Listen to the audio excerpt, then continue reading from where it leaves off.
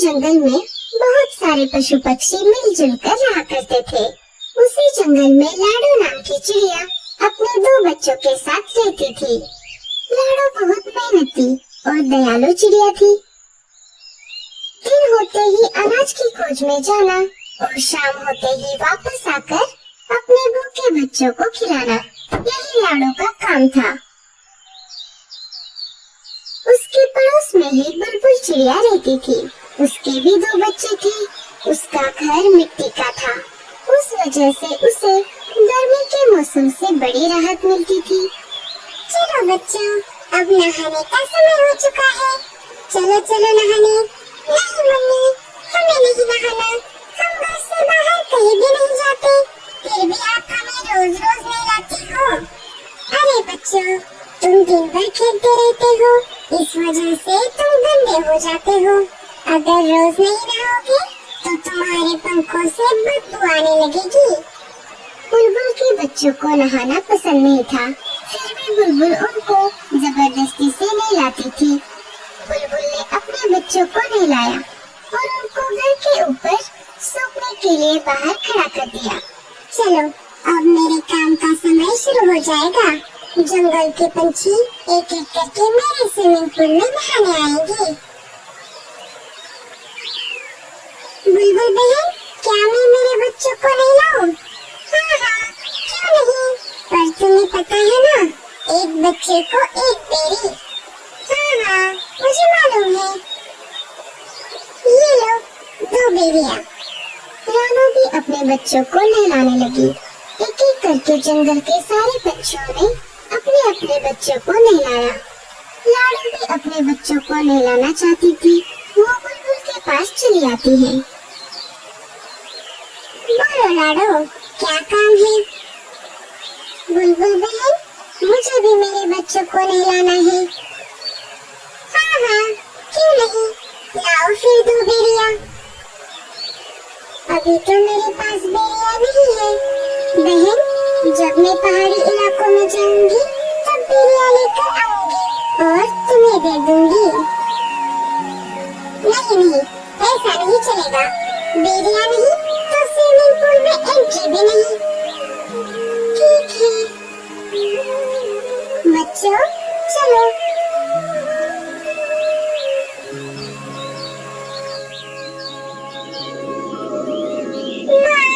हमें भी बुलबुल आंटी के स्विमिंग पूल में नहाना है। लाडो ने बच्चों को समझाते हुए कहा। नहीं बच्चों, हम नहाने के लिए नदी में जाएंगे। वहाँ का पानी साफ सुथरा है। लाडो अपने बच्चों को स्विमिंग पूल में नहलाना चाहती थी। बेचारी लाडो कर भी क्या सकती थी।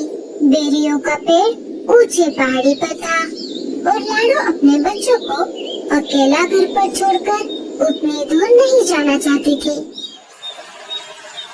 वो अपने बच्चों को लेकर नदी पर आ जाती है और एक एक करके उनको नदी के पानी में नहलाती है।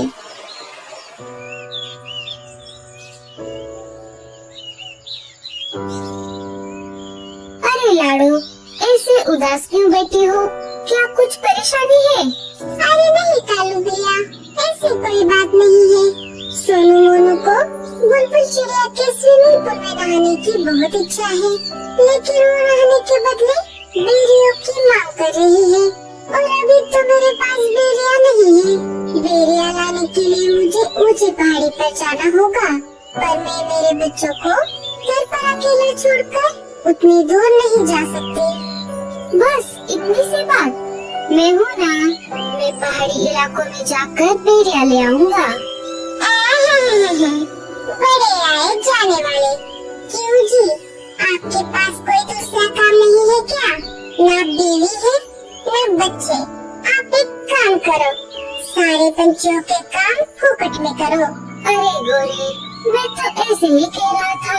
मैं पहाड़ी इलाकों में जाता रहता हूँ ना, इसीलिए मैंने ऐसा कहा।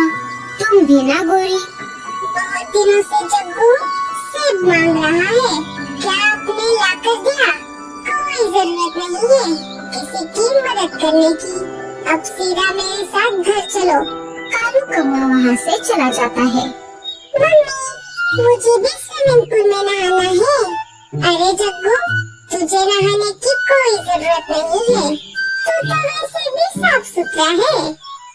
लाडो उदास बैठी थी कि तभी वहाँ पर भूरा कौवा आ जाता है। भूरे ने सारी बात सुन ली थी। लाडो, तुम परेशान क्यों होती हो? मैंने अभी अभी सब सुन लिया है। तुम एक काम क्यों नहीं करती? मैं तुम्हारे बच्चों की देखभाल करता हूँ। तुम पहाड़ी इलाकों में जाकर बेरिया लेकर आओ। लाडो को भूरे पर बिल्कुल भी भरोसा नहीं था, लेकिन उसे बच्चों को स्विमिंग पूल में नहलाना भी था। फिर भी लाडो ने भूरे से पूछा, लेकिन तुम मेरी मदद क्यों कर रहे हो?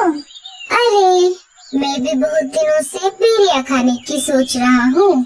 तुम आते समय मेरे लिए भी बेरिया लेकर आना। अच्छा, ठीक है, तो मैं चलती हूँ। तुम मेरे बच्चों का ध्यान रखना। लाडो बेरिया लाने के लिए पहाड़ी इलाकों की ओर चल पड़ती है। अरे वाह, ये तो बहुत अच्छा हुआ। मुझे पता चला है पहाड़ी इलाकों से हमारे जंगल की ओर तेज तूफान आ रहा है। मुझे नहीं लगता कि लाडो उस तेज तूफान में बच पाएगी। फिर मैं इन दो बच्चों को घर से बाहर फेंक दूंगा। लाडो के जाते ही भूरा बच्चों को घोंसले से बाहर निकाल देता है और घोंसले का दरवाजा लगा लेता है। बच्चे अपनी माँ की याद में रोने लगते हैं। इधर लाडो जैसे तैसे करके आगे बढ़ती रही। वैसे ही तेज हवा भी बढ़ने लगी। लगता है इस तेज तूफान में मैं उड़ नहीं पाऊंगी। लाडो चिड़िया हार मानने वालों में से नहीं थी। बड़ी कठिनाइयों का सामना करते हुए वो आगे बढ़ती रही। तभी उसके सामने से मीनू मौसी उड़ते हुए आ जाती है। अरे लाडो, ये क्या कर रही हो? चलो वापस। बारिश के साथ साथ बहुत बड़ा तूफान भी आने वाला है। अच्छा, ठीक है मौसी। वो दोनों वापस जंगल में आ जाती है। लाडो, बहुत तेज बारिश शुरू हो गई है। तुम एक काम करो, बारिश रुकने तक मेरे घर में रुक जाओ। बारिश थमते ही चली जाना। दोनों मीनू मौसी के घोंसले के अंदर चली जाती है। बारिश अपने जोरों पर थी। मेरे बच्चे ठीक तो होंगे ना? इधर बेचारे बच्चे तेज बारिश में भीग रहे थे। वो दोनों एक पेड़ की डाली पर बैठ जाते हैं, जहाँ पर कम बारिश का पानी आ रहा था। तभी उनको उस पेड़ के तने से आवाज आती है, बच्चों इधर आओ। बच्चे अंदर चले जाते हैं। इधर पूरा कौवा मजे में घोड़े बेचकर सो रहा था। तभी एक तेज हवा का झोंका आ जाता है और बूढ़े कौवे का घोंसला पानी में गिर जाता है। पूरा घर का दरवाजा खोल नहीं पाता और वो डूब जाता है। थोड़ी देर बाद बारिश कम हो जाती है। लाडो वापस अपने बच्चों को देखने उसके घोंसले की तरफ आ जाती है और देखती है तो क्या, उसका घोंसला तो वहाँ पर नहीं था। वो सब तरफ खोज करने लगती है। तभी उसे बुलबुल चिड़िया मिट्टी में दबी हुई दिखाई देती है। लाडो, लाडो, मुझे बचाओ।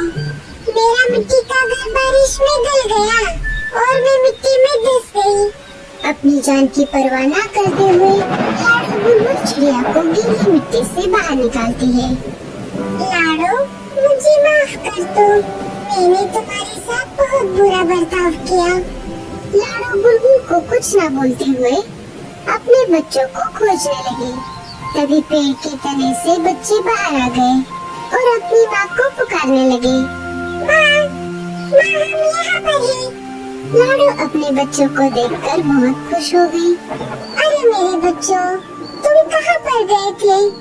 माँ, आपके जाते ही उस भूरे अंकल ने हमें घर से बाहर निकाला था और हम यहाँ पर आ गए थे। हमें इन बूढ़ी दादी ने बचाया। माँ जी, आपका बहुत बहुत धन्यवाद। अगर आप मेरे बच्चों को आसरा न देती तो मेरे बच्चे इस तेज बारिश को सह नहीं पाते। कुछ दिन गुजर जाते हैं।